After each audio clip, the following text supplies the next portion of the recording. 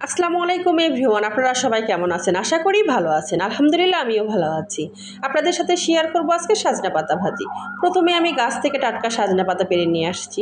এর মাঝে আপনাদের সাথে একটা কথা শেয়ার না করলেই না, যেটা আমি এই পাতাগুলো প্রথম ভাজি খাওয়াটা আমি রাজশাহীতে দেখেছি। রাজশাহীতে আমার ছেলে যখন চাকরি করতো তখন আমি রাজশাহীতে যাইতাম, বাজারে অনেক এই পাতা বিক্রি হতো। ভাবতাম এটা কীভাবে খায়, কেমন করে খায়, আমাদের বগুড়াতে তো শুধু ভর্তাই চলে। তো দেখি যে আমার মায়ের হাতের প্রথম খাওয়া, কিন্তু আমার মা আসলে আমার নিজের মা নেই, আমার নিজের বাবা মা মারা গেছে। আমি ইতিম বলে রাজশাহীর এক আঙ্কেল আমাকে মেয়ে বানাইছে।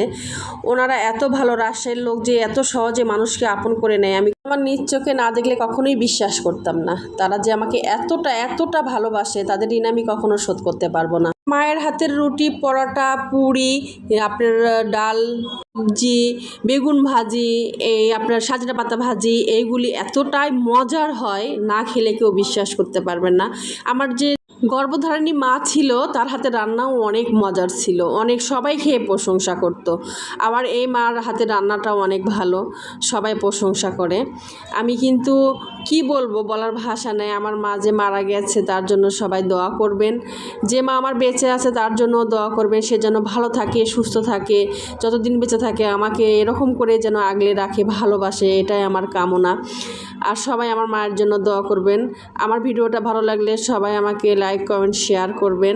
আমার চ্যানেলটাকে যে সাবস্ক্রাইব করবেন। সবাই ভালো থাকেন, সুস্থ থাকেন। আমার মা বাবার জন্য দোয়া করবেন, তারা আমাকে অনেক অনেক অনেক আগলে রাখে। আজকে এই পর্যন্তই। আল্লাহ হাফেজ।